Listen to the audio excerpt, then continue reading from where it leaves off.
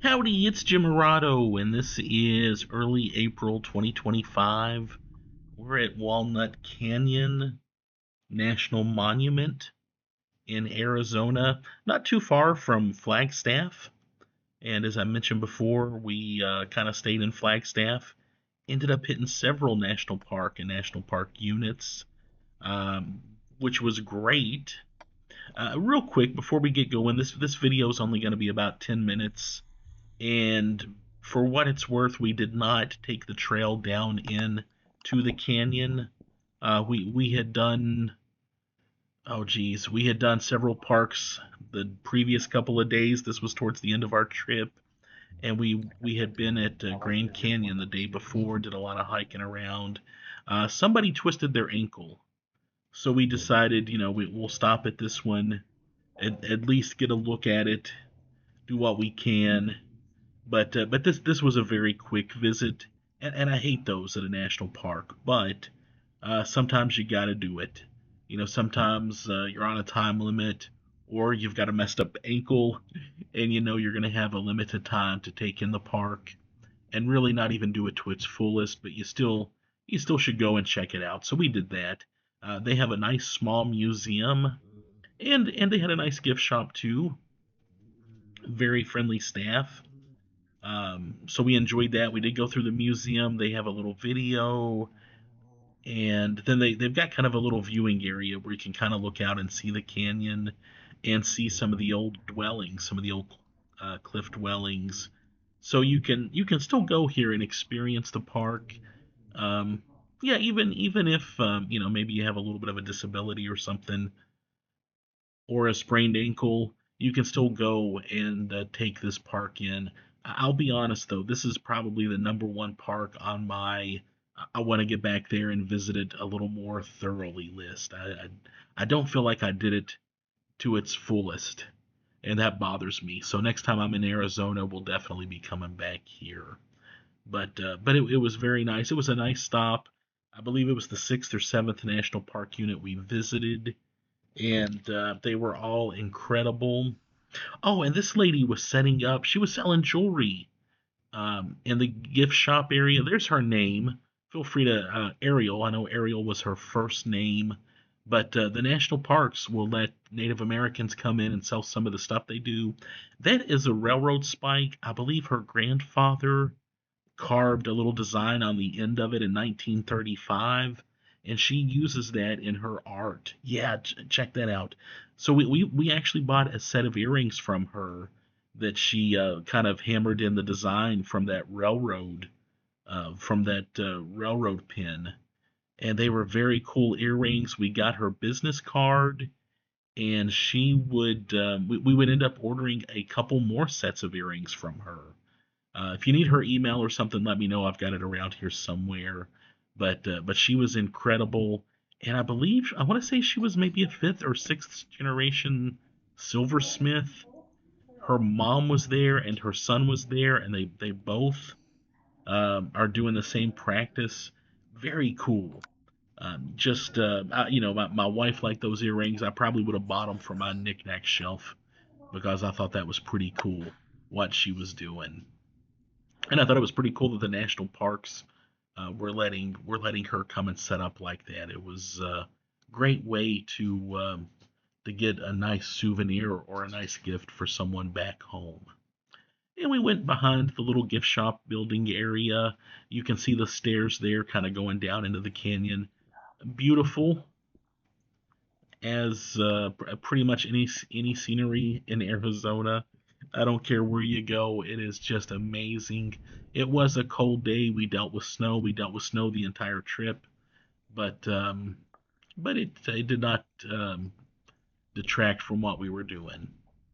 Yeah. Anyway, so yeah, here are some views for the next few minutes of us just kind of looking out over into the canyon. You'll see other people doing the same thing.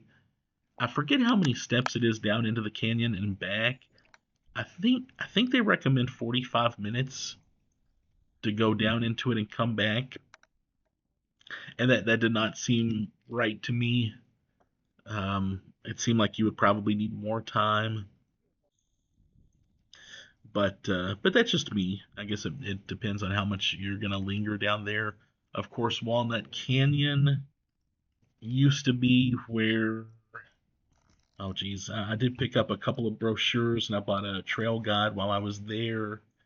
Walnut Canyon was known and used by people for thousands of years before it became a focal point for a community during the 1100s.